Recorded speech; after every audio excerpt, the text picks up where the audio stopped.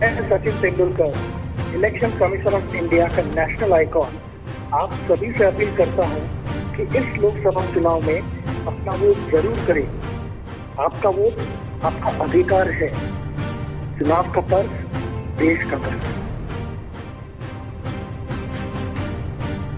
इस भीषण गर्मी में, इस तपन में, ऐसे चमचमाती धूप में, चिलचिलाती धूप की गर्मी में अगर हम एक गिलास, एक लोटा जल किसी को पिला देते हैं, किसी को उसकी प्यास बुझाने में लगा देते हैं, तो देखा जाए तो वास्तव में ये बहुत बड़ी एक पूजा है, जो हम उसका महत्व अगर समझें तो बहुत बड़ा है। एक बार आप प्रभु शंकर को जैसे जल चढ़ाते हैं और उनका आशीर्वाद पाते हैं, ऐसे ही एक बार प्यासे मानव को, प्यासे पशु पक्षियों को जल पिला के देखिए, आपको कितना बड़ा आशीर्वाद मिलेगा, आपको कितनी खुशी होगी, आपको रात की नींद कितनी ठंडक रूप में आएगी। आप इसको बयान नहीं कर पाएंगे, इसको आप बता नहीं पाएंगे शब्दों में। एक बार आइए, आप सब लोग ठंडे पानी को कम से कम हमारे जो पशु पक्षी या प्यासे इंसान हैं उनको पिलाने की कोशिश कीजिए।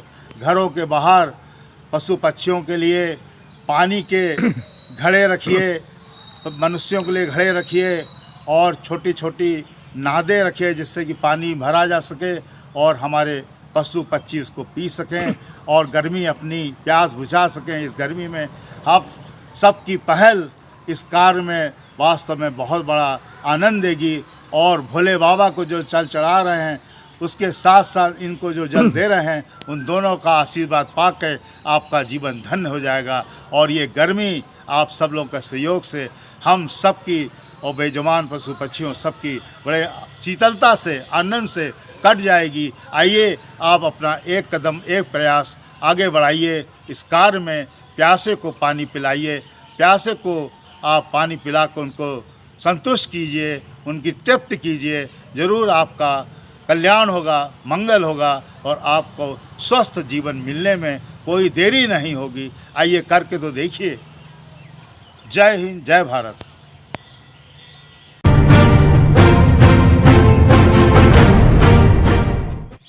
हम लोग अपने व्यक्तिगत लालच में आकर अपने ही जान जोखिम में डालते हैं और साथ साथ में दूसरों को भी इसमें शामिल कर लेते हैं। अपने भवनों के ऊपर, छतों पर बड़े बड़े यूनिपोल होल्डिंग्स लगवाकर हम लोग ये नहीं देखते कि जब तेज़ी से आंधी पानी आएगा तो ये होल्डिंग्स गिरकर कितने लोगों को नुकसान पहुंचाएगी, साथ ही साथ हमारे भवन को भी हिला देगी। कई भवन तो ऐसे होते हैं जो स्वयं में अपने भार को नहीं सहन कर पाते और उसके ऊपर उनके छत पर इतनी भारी भारी होल्डिंग और यूनिपोल लगा देते हैं। हम लोग लगवाते हैं कि उससे जब कोई घटना होती है तो हम कहते हैं ये कैसे हो गया। वास्तव में देखा जाए तो जो यूनिपोल के होल्डिंग लगाने के मानक हैं उनके अनुसार ही संबंधित विभाग को इसकी अनुमति देनी चाहिए, अन्यथा सर्वे करके इस तरह के जो मकान या होल्डिंग्स या यूनिपोल मिलते हैं उन पर भारी से भारी जुर्माना करना चाहिए और चेतावनी भी देनी चाहिए कि ये एक जनता के साथ भी खिलवाड़ है और जब कभी इस तरह की आंधी पानी या तेज़ तूफान आता है तो इनके गिरने का बहुत ही बड़ा डर रहता है।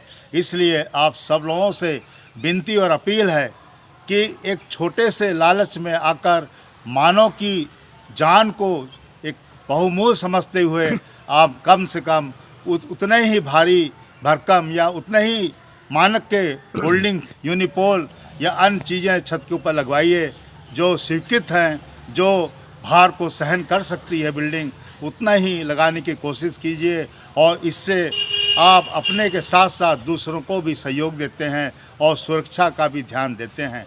और सबसे बड़ी हम सब लोगों की ये अहम जिम्मेदारी है कि हम हर कार्य को, हर चीज़ को सरकार के विभागों के ऊपर ना छोड़कर शोभ में अपनी जिम्मेदारी समझें, अपने जिम्मेदारी से उस चीज़ को लगवाने की कोशिश करें जो वास्तव में मानक के अनुरूप है। अन्यथा हम ऐसे कार्य ना करें जो हमारे ऊपर और हमारे साथ साथ हमारे कारण किसी को कोई तकलीफ़ हो और कोई बड़ी दुर्घटना घटित हो जाए, जिससे कि लोग चुटैल हो जाएं या घायल हो जाएं और किसी की जान की आफत आ जाए। आप सब लोगों से अपील और विनती है कि मानक के अनुसार ही यूनिपोल होल्डिंग्स या अन्य ऐसे कोई विज्ञापन के बोर्ड छत के आसपास लगवाइए या छत पर लगवाइए जो मानक से स्वीकृत हैं। जय हिंद, जय भारत। नमस्कार दोस्तों, मेरे चैनल को सब्सक्राइब, लाइक करें और आइकॉन को ज़रूर दबाएं ताकि आने वाले वीडियो को आपको नोटिफिकेशन मिल जाए। धन्यवाद।